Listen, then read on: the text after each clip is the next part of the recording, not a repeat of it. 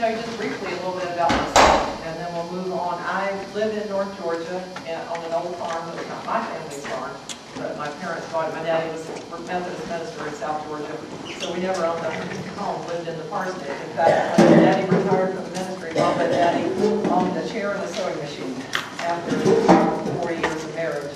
So they bought this old farm in the foothills of the mountains in North Georgia.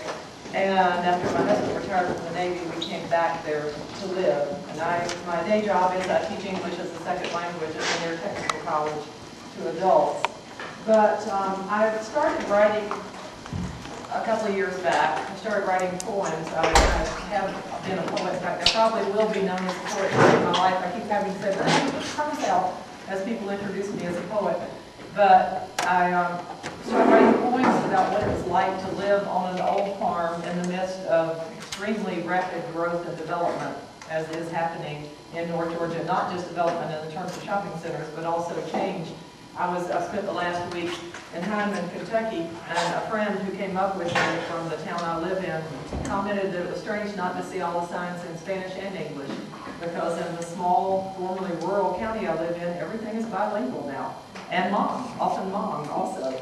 But I started writing these poems, had a book of poems come out of it, Phil, if you can hold that came out about 5 years ago, thank you. And then I started realizing that I was not able to say everything that I wanted to say about environmental issues, about the choices we make in our life within the confines of poetry. So I started writing essays. And I was sitting at breakfast with Mary Lucille and a couple of others, and we were discussing the fact that poetry lends itself well, I think, into segueing into writing essays, because we're about the same type of goals when we're writing essays or poems. So I'm going to talk a little bit today about how you work into writing the personal essay and why. Pablo Neruda said that all paths lead to the same goal, to convey to others what we are. All paths lead to the same goal, to convey to others what we are. Mother said, "Bark, George." George went, meow. Again, do you notice all the onomatopoeia words are getting in these picture books? No, George, said George's mother. Cats go meow, dogs go bark. Now bark, George. George went quack, quack. No, George, said George's mother. Ducks go quack, quack. Dogs go bark. Now bark, George. George went oink. Maybe cackling by No, George, said George's mother. Pigs go oink. Dogs go ark. Now bark, George. George went ooh. George's mother took George to the vet. I'll soon get to the bottom of this, said the vet. Please bark, George.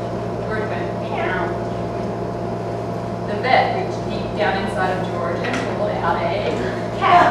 And I never get to say cat when I'm reading this to kids because they jump in. And you want those kind of books where they want to take over the story.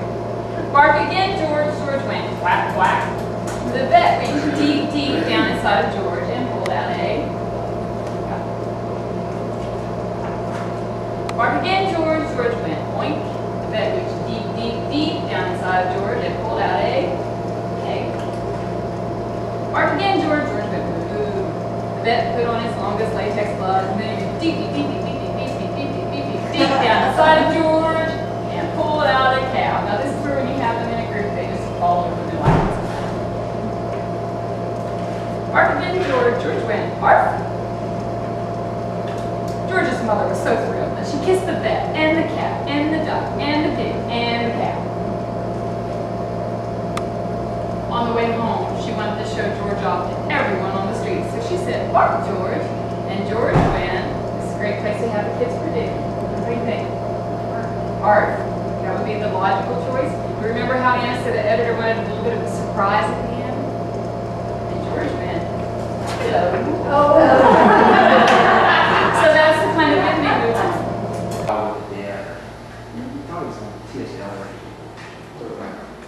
Most writers, I mean, you are, as a writer, you're probably in some way paying homage to a dead person, another artist.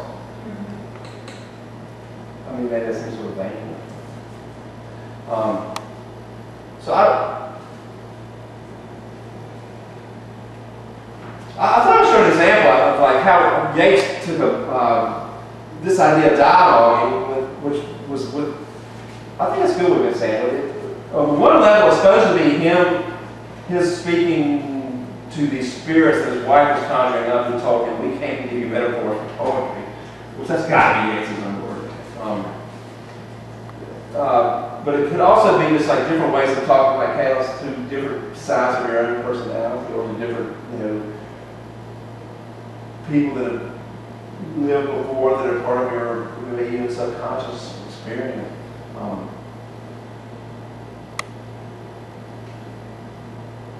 So that kind of dialogue, Yates wrote a bunch of poems that were actually dialogue poems.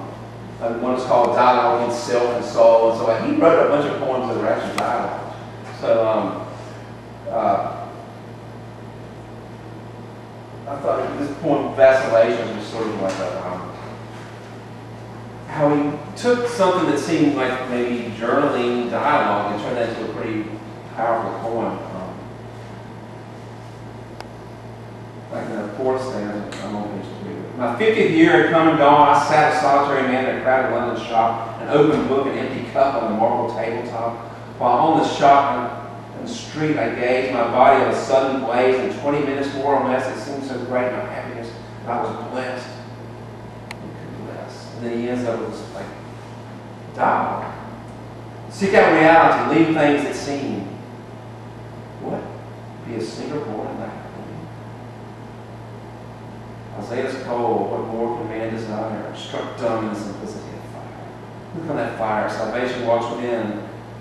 What thief had Homer the original sin? I have no idea what that means. Big Phil.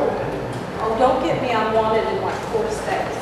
All right, putrefaction is the word that we throw around loosely called putrefied. That smells putrefied.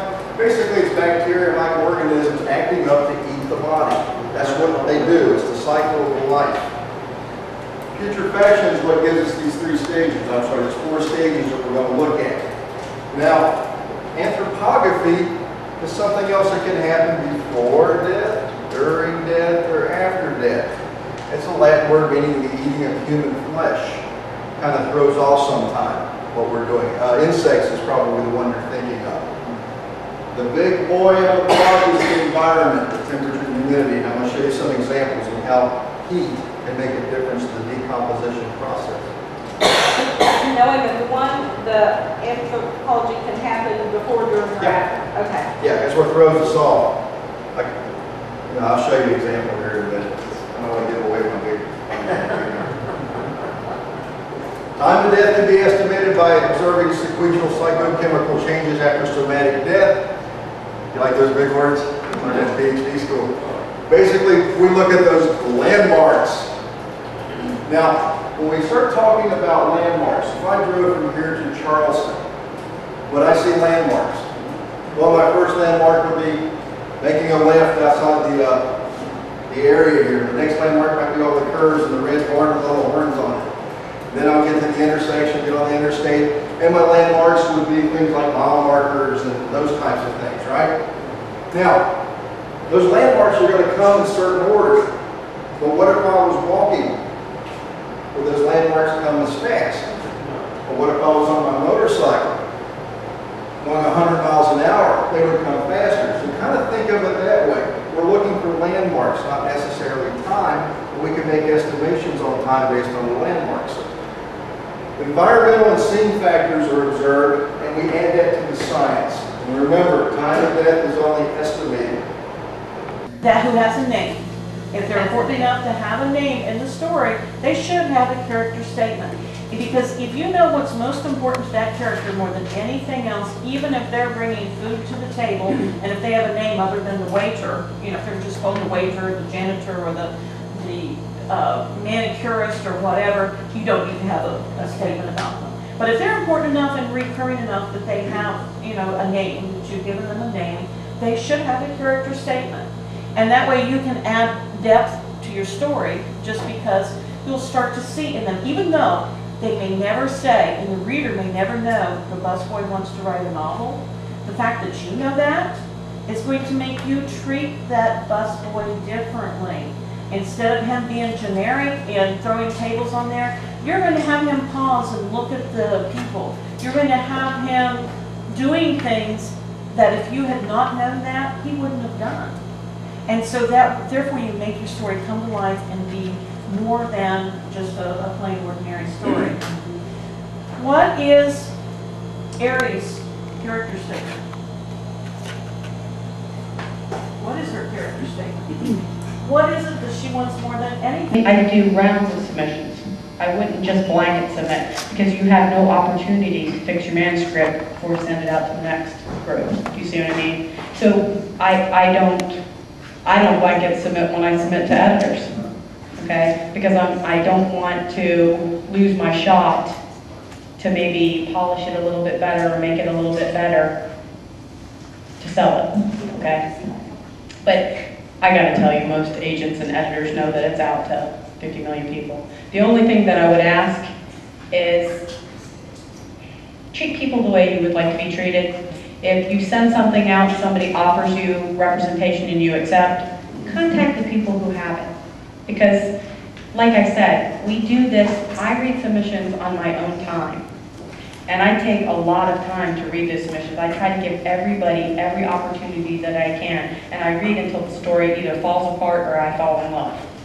Okay? And I take that time, and then when I say, if it's something that I really like, and I contact them and they say, oh, well, I signed with another agent, it's like, you know, what the hell are you thinking? Yeah. You know, how professional is that? And we don't forget. We don't forget. And we also share information. I will be honest, we share information. Editors and agents share information. So if you're a problem, there's a big black X on your ass. It's true.